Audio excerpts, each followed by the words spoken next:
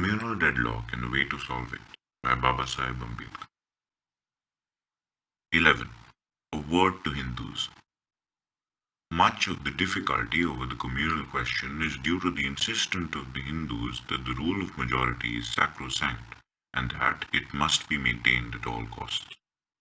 The Hindu does not seem to be aware of the fact that there is another rule, which is also operative in fields where important disputes between individual and nations arise, and that rule is the rule of unanimity. If he will take the trouble to examine the position, he will realize that such a rule is not a fiction, but it does exist. Let him take the jury system. In the jury trial, the principle is unanimity. The decision is binding upon the judge only if the verdict of the jury is unanimous. Let him take another illustration, that of the League of Nations. What was the rule for decisions in the League of Nations? The rule was a rule of unanimity.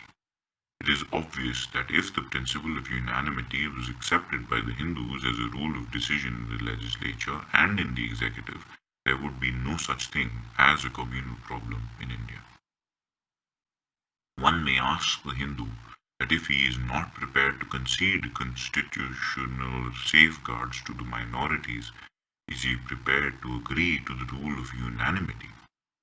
Unfortunately, he is not prepared to accept either. About the rule of the majority, the Hindu is not prepared to admit any limitations. The majority he wants is an absolute majority. He will not be satisfied with relative majority. He should consider whether his insistence on absolute majority is a fair proposition which political philosophers can accept. He is not aware that even the Constitution of the United States does not lend support to the absolutistic rule of majority rule on which the Hindu has been insisting upon. Let me illustrate the point from the Constitution of the United States. Take the clause embodying fundamental rights. What does that clause mean?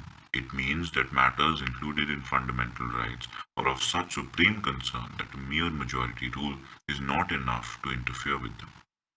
Take another illustration also from the Constitution of the United States. The Constitution says that no part of the Constitution shall be altered unless the proposition is carried by 3/4 majority and ratified by the states. What does this show? It shows that the United States Constitution recognizes for certain purposes mere majority rule is not competent. All these cases are of course familiar to many a Hindu. The pity of it is he does not read them from the correct lesson. If he did, he would realize that the rule of the majority rule is not as sacrosanct as principle as he thinks it is. The majority rule is not accepted as a principle but is tolerated as a rule. I might also state why it is tolerated. It is tolerated for two reasons. One, because the majority is always a political majority, and two, because the decision of a political majority accepts and absorbs so much of the point of view of the minority that the minority does not care to rebel against the decision. In India, the majority is not a political majority. In India, the majority is born, it is not made. That is the difference between a communal majority and a political majority. A political majority is not a fixed or a permanent majority. It is a majority which is always made, unmade, and remade. A communal majority is a permanent majority fixed in its attitude. One can destroy it, but one cannot transform it. If there is so much objection to a political majority, how very fatal must be the objection to communal majority?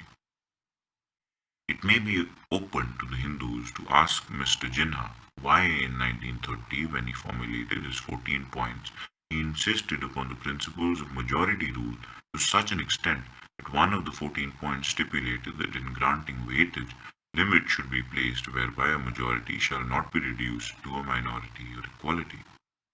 It may be open to the Hindus to ask Mr. Jinnah if he is in favor of a Muslim majority in Muslim provinces, why is he opposed to a Hindu majority in the center? The Hindu must, however, realize that these posers may lead to the conclusion that Mr. Jinnah's position is inconsistent. They cannot lead to the affirmation of the principle of majority rule. The abandonment of the principle of majority rule in politics cannot affect the Hindus very much in other walks of life. As an element in social life, they will remain a majority. They will have the monopoly of trade and businesses which they enjoy. They will have the monopoly over the property which they have. My proposals do not ask the Hindus to accept the principle of unanimity. My proposals do not ask the Hindus to abandon the principle of majority rule. All I am asking them is to be satisfied with the relative majority. Is it too much for them to concede this? Without marking any such sacrifice, the Hindu majority is not justified in representing to the outside world that the minorities are holding up India's freedom. This false propaganda will not pay, for the minorities are doing nothing of the kind. They are prepared to accept freedom and the dangers in which they are likely to be involved, provided they are granted satisfactory safeguards. This gesture of the minorities is not to be treated as a matter for which Hindus need not be grateful. It may well be contrasted with what happened in Ireland. Mr. Edmund, the leader of the Irish nationalists, once told Carson, the leader of Ulster, when sent to United Ireland, ask for any safeguard and they shall be granted to you. He is reported to have turned around and said, "Damn your safeguards. We don't want to be ruled by you." The minorities in India have not said that. They are ready to be satisfied with safeguards. I ask the Hindus, is this not worth a mass? I am sure it is. The end.